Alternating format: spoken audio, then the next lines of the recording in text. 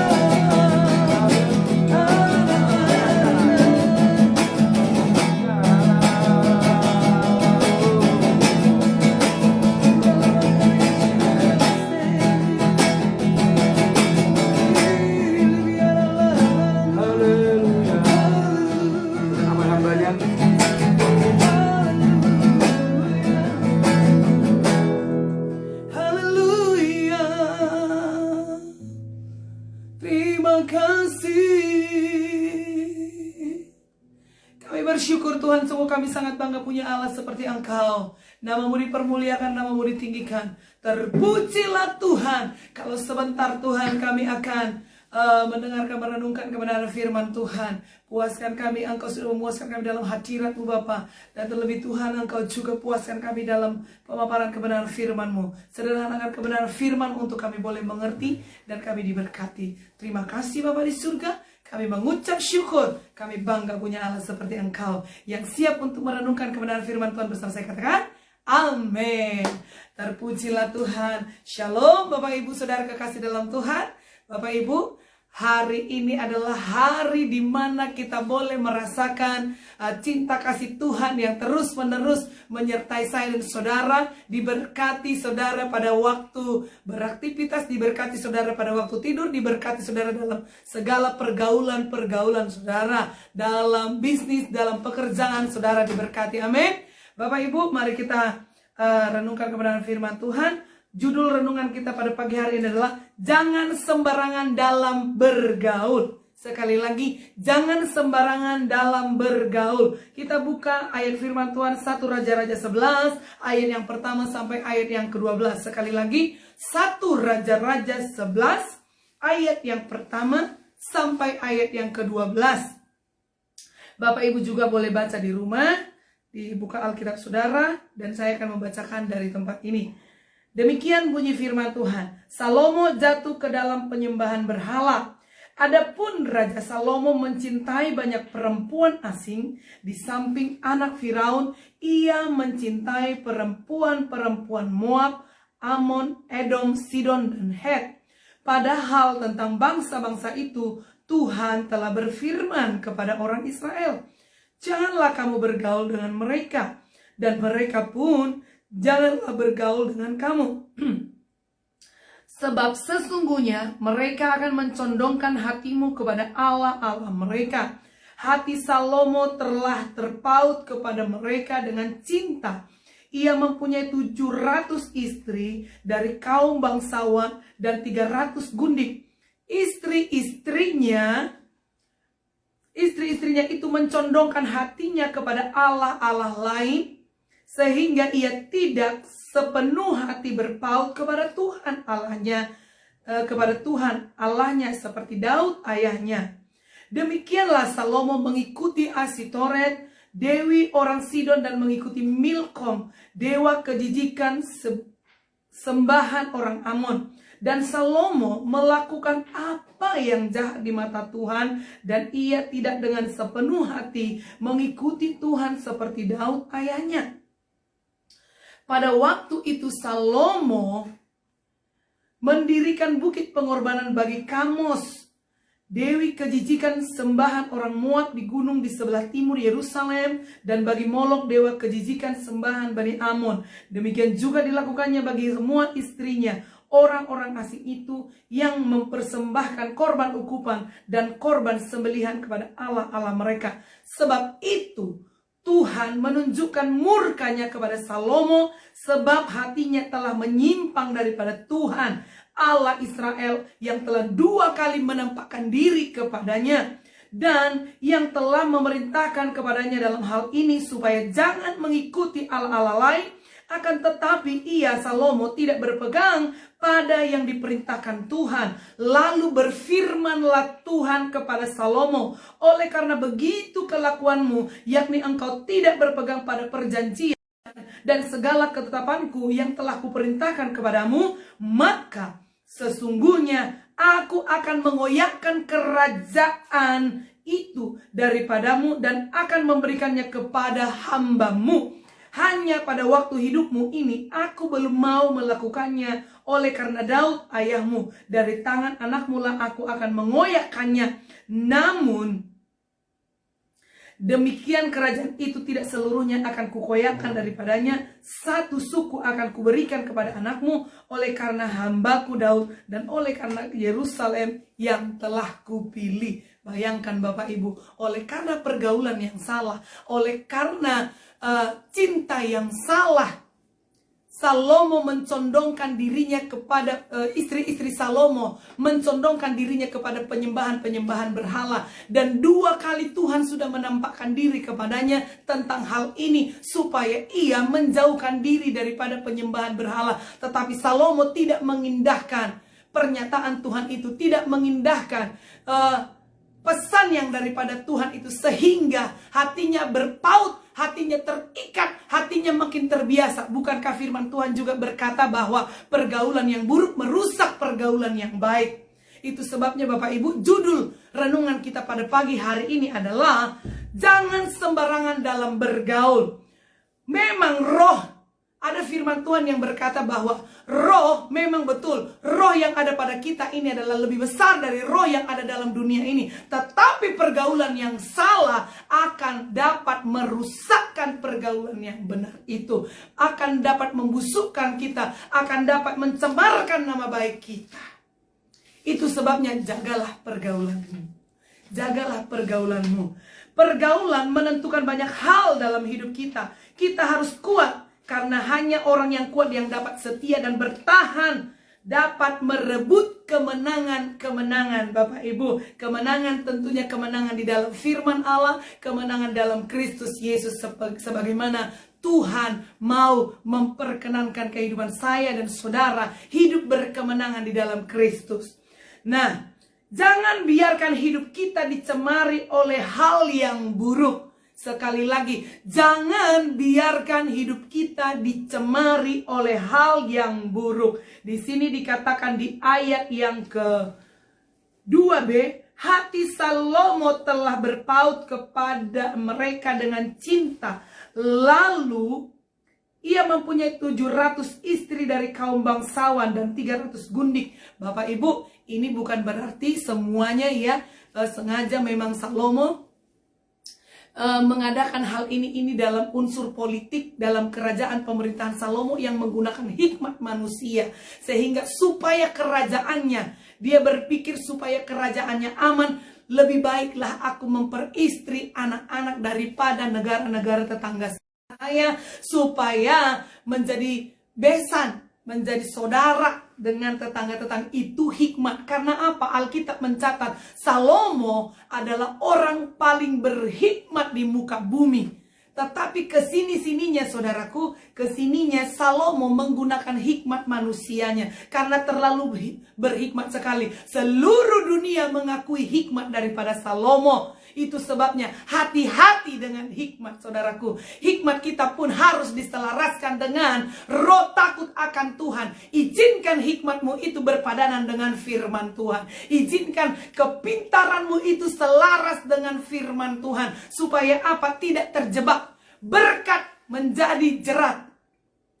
Berkat yang saudara dapatkan, hikmat yang saudara dapatkan, yang harusnya itu diperkenan oleh Tuhan, harusnya itu memberkati saudara, bahkan memberkati banyak orang melalui hidup saudara, tetapi menjadi jebakan, menjadi jerat. Karena apa? Dilakukan dengan kebolehan, kepintaran, hikmat pribadi, tidak mengandalkan Tuhan. Hati-hati dengan itu saudaraku. Bergaullah dengan Tuhan, supaya Tuhan mengkehendaki seluruh melakukan rancangannya dalam hidup saudara. Dan memberikan rambu-rambu dalam hidup saudara. Sehingga perjalananmu, tindakanmu hati-hati. Dan perjalananmu dibuat Tuhan berhasil dan beruntung. Ada amin saudaraku? Amin Bapak Ibu? Kita lanjutkan. Tadi saya katakan jangan biarkan hidup kita dicemari oleh hal yang buruk. Kita boleh yang namanya bersosialisasi, berinteraksi dengan dunia luar. Namun hidup kita harus ditempatkan di posisi yang tegas. Amin. Sekali lagi, kita boleh bersosialisasi dengan luas. Kita boleh berinteraksi dengan dunia luar. Bukan berarti kita tidak akan bisa bersapa, tidak bisa bergaul dengan orang berdosa. Sebab hal itu adalah teladan kita daripada Tuhan Yesus yang berkata bahwa Yesus datang untuk mencari orang berdosa. Dan Yesus datang untuk mencari orang yang sakit, bukan orang yang sehat, bukan orang yang benar. Tetapi orang benar itu harus memposisikan dirinya dengan tegas, yaitu kita yang akan membawa pengaruh kepada dunia luar, bukan dunia luar yang akan mempengaruhi hidup saudara. Amin. Mengerti sampai di sini ya? Paham sampai di sini? Kita yang akan membawa pengaruh positif kepada dunia luar. Sebagaimana firman Tuhan yang berkata, hendaklah kita menjadi garam dan terang dunia. Kita harus menerangi, kita harus menggarami, bukan meracuni. Amin ya. Kita menjadikan dunia ini terang, digarami, diawetkan. Menjalin komunikasi yang baik, bukan meracuni. Memberkati tentunya. Diberkati untuk memberkati, dipulihkan untuk memulihkan. Ada amin saudaraku? Sekali lagi, jadilah berkat, jadilah garam, jadilah terang, jangan jadi racun. Yang berikutnya, pergaulan penting. Anak-anak Tuhan tidak harus eksklusif. Anak-anak Tuhan harus menjadi terang dan menjadi berkat. Tapi pastikan kita tidak harus sama dengan dunia ini. Roma 12 ayat 2 berkata bahwa hendaklah kamu berubah oleh pembaruan budimu supaya engkau dapat membedakan manakah yang jahat dan manakah yang baik. Amin Bapak Ibu. Kita harus membawa perubahan. Perubahan ke arah yang lebih baik, semakin baik dan teramat baik. Amin Bapak Ibu. Jadilah, berubahlah oleh pembaharuan budimu. Demikian juga firman Tuhan juga yang berkata bahwa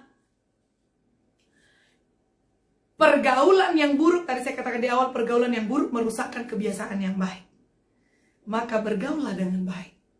Salurkan yang baik itu kepada dunia. Salurkan, berikan. Berikan dengan, tentunya dengan hati yang merasa diri kaya di hadapan Tuhan. Kaya hati, kaya cinta. Amin. Tidak tebar pesona tentunya. Tidak tebar pesona sembarangan. Tetapi menyalurkan garam itu. Menyalurkan cahaya kemuliaan terang Kristus menjadi berkat.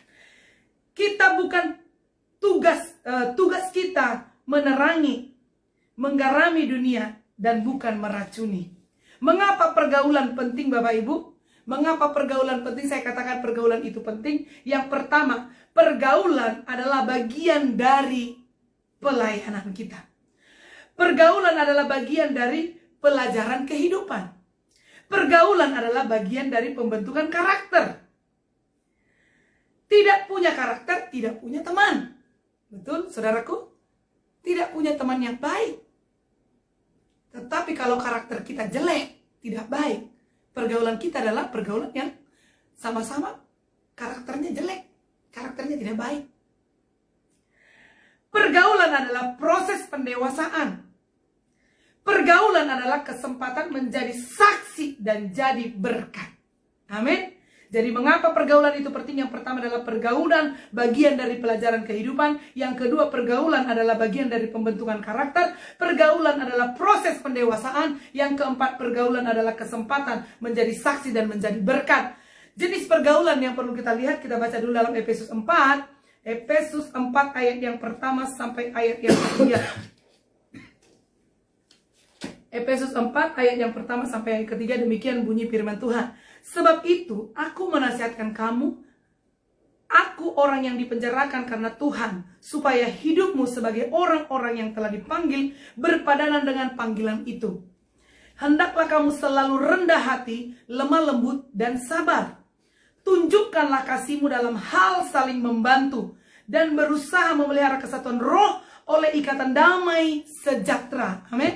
Oleh ikatan damai sejahtera, tunjukkanlah hidupmu itu, yang hidup yang dipenuhi dengan roh Tuhan, hidup yang dipimpin oleh roh Tuhan, hidup yang diperkenankan oleh Tuhan. Tunjukkanlah itu kepada dunia, tunjukkanlah kasihmu itu. Nah, jadi dari sini dapat kita simpulkan bahwa jenis-jenis pergaulan adalah, pergaulan itu harus pergaulan yang saling menyapa, pergaulan itu adalah pergaulan yang saling mengenal dan menguatkan, pergaulan itu adalah menjadi persahabatan yang saling curhat dan saling mempengaruhi. Amin. Tentunya hal ini harus dalam pimpinan roh Tuhan. Tentunya ini harus dalam tuntunan Tuhan. Supaya terjalin saling berkesan ya. Kesan saling membangun. Kesan saling memperhatikan. Kesan saling menguatkan. Ada amin? Amin saudaraku. Dipulihkan untuk memulihkan, diberkati untuk memberkati, saling memperhatikan, tentunya dalam rambu-rambu kebenaran firman Tuhan. Beberapa hal tentang pergaulan. Yang pertama adalah jangan kita memanfaatkan dan merugikan orang lain, Bapak Ibu. Jangan lewat pergaulan itu kita mengambil kesempatan atau memanfaatkan orang lain, bahkan merugikan orang lain. Pergaulan yang kedua yang perlu kita perhatikan adalah jangan kita menjadi batu sandungan. Yang ketiga, jangan kita kompromi dengan dosa demi persahabatan. Jangan karena menjaga perasaan sahabat kita, jangan karena menjaga perasaannya supaya tidak tersinggung, sehingga sudahlah. Diajak, ada beberapa orang yang saya kenal yang kami layani, oleh karena menjaga perasaan atasannya, sehingga diajak tadinya nggak apa-apa kok, ya udah kamu nggak usah turun, tolong antarkan saya diantarkan untuk pergi kemana, ke gunung kami, ke Gunung Kidul. Tapi apa? Ternyata pengaruhnya dia berpikir, saya kan hanya supir. Tapi dia menceritakan waktu jam 12 malam dia mimpi dia didatangi oleh penguasa yang ada di sana dan menawarkan, ini nah, dibawa, ditunjukkan, katanya berkardus-kardus dan isinya uang. Ini, saya akan kasih ini kalau kau menyembah aku. Coba, saya akan kasih ini, kau menjadi kaya dan sangat kaya, asal kau memberikan hidupmu menyembah saya. Terus dalam mimpi, oh tidak, saya kan orang Kristen, saya anak Tuhan. Dia berdoa dalam, dia berjuang dalam. Begitu bangun, Bapak Ibu, percaya tidak percaya, kami melihat dengan mata kepala sendiri. Itu badannya itu dicakar-cakar sama setan. Cakar-cakar. Padahal dia di mimpi loh didatangin. Tetapi dalam kasat mata benar-benar itu berdarah-darah. Badannya benar dicakar sama setan karena dia menolak. Dia tolak dalam nama Yesus. Dia tolak. Hati-hati dengan pergaulan. Jangan sampai menjadi jerat. Harus memposisikan. Di awal saya katakan, hidup Kristen, hidup anak Tuhan, harus memposisikan diri tegas. Boleh kita berinteraksi, boleh kita banyak-banyak bersosialisasi. Jangan menjadi orang yang eksklusif juga. Tetapi kita harus memposisikan hidup kita dalam kebenaran-kebenaran Kristus. Hidup dengan tegas. Amin. Amin, Bapak Ibu. Supaya tidak salah melangkah, aturan menjadi berkat, menjadi jerat untuk kita selama-lamanya. Apalagi yang ada hubungannya dengan okultisme, Bapak Ibu. Turun-temurun kutuknya. Saya harus tegas berkata. Karena apa? Ratapan 5 ayat 7 berkata, bapak-bapak kami berbuat dosa, mereka sudah tidak ada lagi, tapi kami yang menanggung kedurjanaannya. Artinya Bapak Ibu, orang tua kita terdahulu melakukan dosa. Mereka sudah tidak ada lagi, tapi kutuknya itu, dosanya itu kita tanggung sampai sekarang. Bahkan kalau itu tidak diputuskan, turun lagi kepada keturunan kita. Sekali lagi, hati-hati dengan pergaulan. Hati-hati dengan pergaulan. Nah, yang tadi di sini katakan pertama adalah jangan kita memanfaatkan dan merugikan orang lain. Jangan kita menjadi batu sandungan. Yang ketiga, jangan kita kompromi dengan dosa demi persahabatan. Jangan kita anggap enakan untuk hal-hal yang berhubungan dengan prinsip iman dan kebenaran. Jangan merasa nggak enak. Karena tadi seperti supir yang tadi, nggak enak. Ada lagi satu lagi yang baru-baru ini kami layani. Karena menjaga atasannya lagi. Diajak. Ya, diajak lagi. Udah, pergi deh. Pergi ke tempat-tempat yang tidak sewajarnya. Pergi ke tempat-tempat pelacuran. Pergi ke tempat hal-hal yang tidak baik. Bahkan diajak lagi untuk hanya menemani. Oke. Menemani, tapi apa? Dampaknya kena. Karena apa? Sama seperti ini Bapak Ibu, kompromi. Kalau seorang, misalnya nih, suatu saat ada satu kesaksian, ini kisah nyata, si bapak lagi bahagianya karena kedatangan anaknya pulang dari perantauan, dari pendidikan, masih semester 1, lagi rindu-rindunya ya, jadi ada pas libur, dia pulanglah ke salah satu kota. Tiba-tiba si bapak ini saking rindunya sama anaknya, nak ayo temanin saya, mau ini ada ketemu dengan sahabat. Si anak polos-polos saja ikut. nemanin di mobil. Tiba-tiba ada di tengah jalan, ada razia Bapak Ibu. Ada razia di tengah jalan. Waktu razia di tengah jalan, kedapatanlah di mobil mereka ada 1 gepok ganja. Akhirnya apa yang terjadi? Ditangkap mereka. Yang ditangkap bapaknya aja? Tidak. Yang ditangkap dua-duanya. Walau si anak menjerit, saya tidak tahu menau, saya tidak tahu, saya hanya polos, saya hanya datang liburan, dan saya ini. Akhirnya apa Bapak Ibu? Masuk di penjara. Masuk di penjara dua-duanya. Itu musuhannya itu kayak musuh bebuyutan. Tidak bisa ketemu. Karena apa? Secara tidak langsung Bapak pun merasa sangat tertekan, sangat terintimidasi. Karena di penjara 15 tahun. Bapak Ibu. Mungkin ada lagi kesalahan-kesalahan yang lain, yang kedapatan yang lain, sehingga hukumannya nambah. Dan si anak itu, bayangkan anak itu masa depannya menjadi suram, dan sangat kepahitan sama si bapak. Dia benci sekali. Selama di penjara pun tidak mau ketemu dengan papanya. Asal lihat muka papanya, asal singgung tentang papa. Sangat marah, meraung-raung, menjerit-jerit. Si bapak sangat hancur hati. Karena apa? Dia berkata, Pak Pendeta, saya hancur hati. Saya sudah membunuh masa depan anak saya. Saya sudah merenggut masa depan saya. Ini kesalahan saya. Tapi anak saya jadi di penjara sama-sama dengan saya. Bayangkan Bapak Ibu. Ini hal yang tadinya kita anggap mungkin ini bisa jadi berkat. Membantu uang sekolah anak. Tapi yang apa? Malah lebih dari apa yang kita pikirkan. Menjerat, mengikat. Bisa 1 orang? Tidak bisa. Semua kena. Karena apa? Dianggap sama-sama kompromi karena ada di dalam 1 mobil. Waktu dalam razia itu. Sama dengan hal yang ini. Jangan nggak enakan dengan sahabat kita. Jangan nggak enakan dengan atasan kita. Posisikan dirimu memiliki sikap yang tegas. Tegas dalam kebenaran. Posisikan dirimu anak Tuhan. Mau enak, mau tidak enak, memang kita harus ngalami. Inilah salib kita. Harus berkata tidak di atas tidak, iya di atas iya. Dari 3 kesaksian ini Bapak Ibu boleh simpulkan artinya. Yang terakhir Bapak Ibu. Pergaulan bisa membangun kita. Namun pergaulan bisa menghancurkan kita. Amin. Sekali lagi. Pergaulan bisa membangun kita, mengangkat kita naik ke atas. Tentunya dalam komunitas yang benar.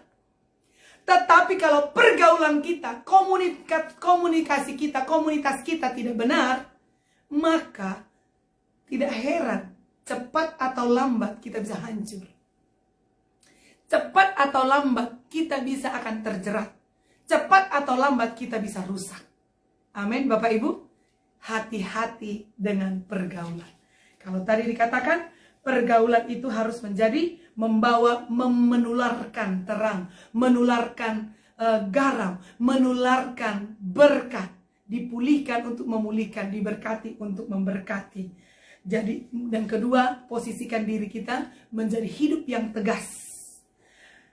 Mengapa pergaulan penting? Yang pertama tadi, pergaulan adalah bagian dari pelajaran kehidupan. Pergaulan adalah bagian dari pembentukan karakter. Pergaulan adalah proses pendewasaan. Pergaulan adalah kesempatan menjadi saksi dan menjadi berkat. Ini yang penting Bapak Ibu.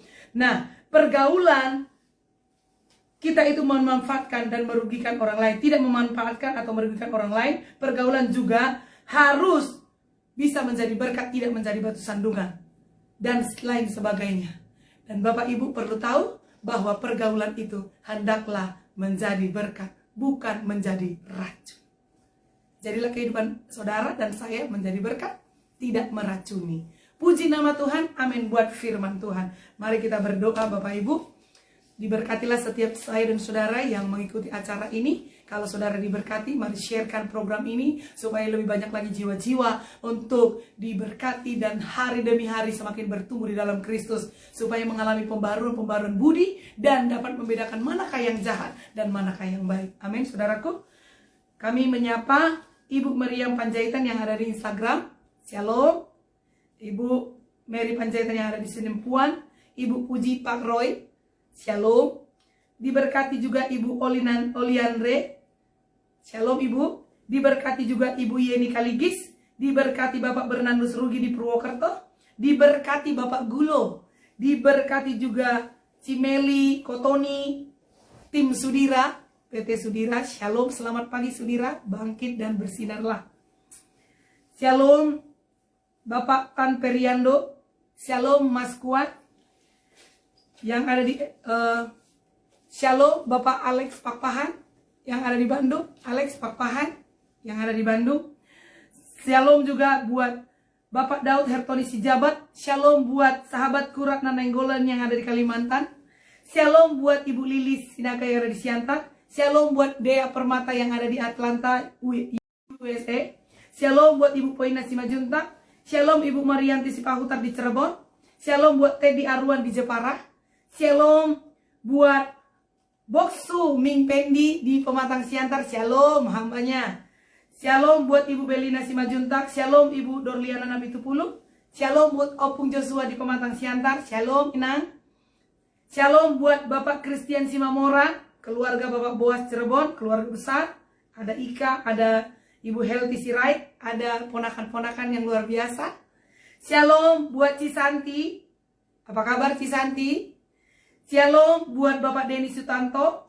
Shalom buat Ibu Estudiante.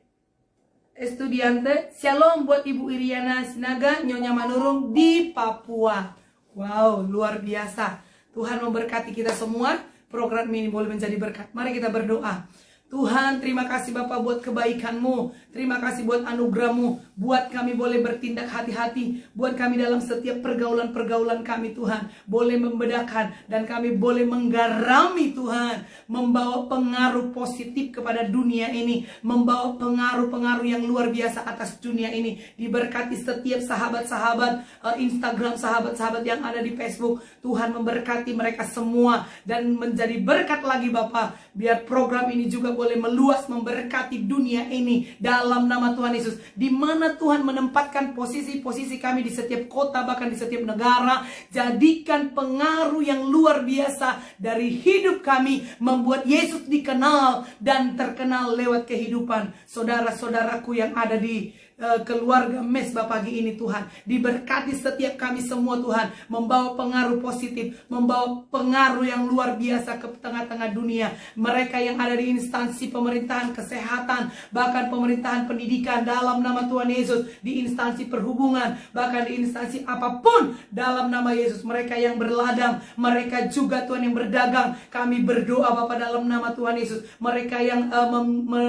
sedang Tuhan dalam usaha bisnis dalam nama Tuhan Yesus, perkenanan Tuhan turun. Engkau pakai kehidupan anak-anak-Mu ini Tuhan, boleh menjadi berkat, boleh menjadi saluran berkat yang luar biasa. Dalam nama Tuhan Yesus, terpuji-pujilah nama-Mu ya Allah. Terpuji-pujilah Tuhan di atas segala sesuatunya. Tuhan, mereka, kami yang datang dengan pergumulan, bahkan yang mungkin hilang pengharapan, kami berdoa, oh kuasa-Mu Tuhan menjamah setiap anak-anak-Mu ini Bapa. Sehingga Tuhan, oh nama-nama yang hadir hari ini Bapa, dalam kunjungan-kunjungan Tuhan yang luar biasa, dalam nama Yesus, perkenanan Tuhan ya dan amin. Perkenanan Tuhan dahsyat dan luar biasa dalam nama Tuhan Yesus. Dalam nama Yesus, mereka mendapatkan pengharapan mereka. Sesungguhnya Tuhan, masa depan kami adalah masa depan yang penuh harapan. Masa depan cerah menjadi bagian kehidupan kami. Terpuji-pujilah Raja di atas segala raja. Segala hormat kemuliaan bagi Tuhan. Mereka yang sedang sakit, yang membutuhkan mujizat dan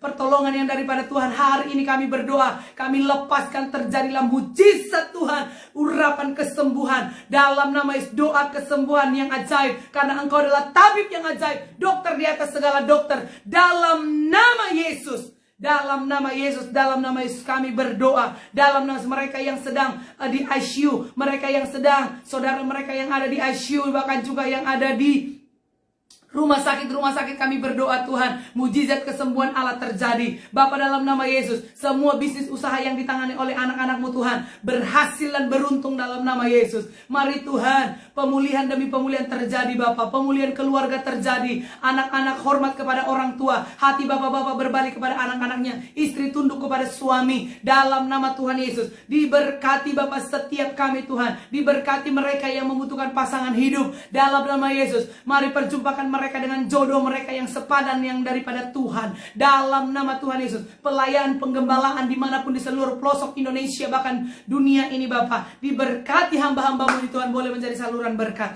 Terpujilah Tuhan. Dalam nama Yesus kami berdoa. Terima kasih Tuhan, terima kasih. Akhirnya angkatlah tanganmu dan terimalah berkat Tuhan. Tuhan memberkati engkau dan menyinari engkau dengan wajahnya, memberikan engkau damai sejahtera dan sukacita yang melimpah yang daripada Tuhan. Diberkati hidupmu dari sekarang untuk selama-lamanya, sehingga apa yang dikerjakan oleh tanganmu dibuat Tuhan berhasil dan beruntung. Jadilah pelaku-pelaku firman, jadilah orang-orang yang mempengaruhi dunia ini dengan pengaruh keselamatan yang daripada Tuhan, memberitakan Injil sampai ke ujung-ujung bumi. Dari sekarang untuk selamanya engkau disertai oleh Tuhan. Nama Tuhan dipermuliakan lewat hidupmu, lewat perkataanmu dan tutur bicaramu. Nama Tuhan dipermuliakan seluruh aspek hidupmu dalam kendali Tuhan dari sekarang untuk selama-lamanya. Haleluya. Bersama saya katakan amin. Tuhan Yesus memberkati engkau. Maranatha kali yang kedua. Tuhan Yesus juga yang akan menuntun langkah-langkah setiap hidup saya dan saudara. Jika saudara diberkati, mari terus sharekan program ini untuk kemuliaan Tuhan. Boleh menjadi lebih luas lagi untuk memberkati banyak jiwa-jiwa. Jangan lupa follow Instagram GBI Suparna Sutra dan juga kunjungi Facebook kita GBI Suparna Sutra.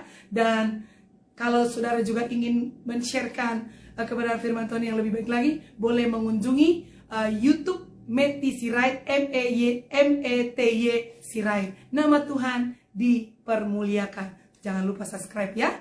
Next, kita berikutnya kembali besok jam 5 pagi. Tuhan Yesus memberkati. Shalom.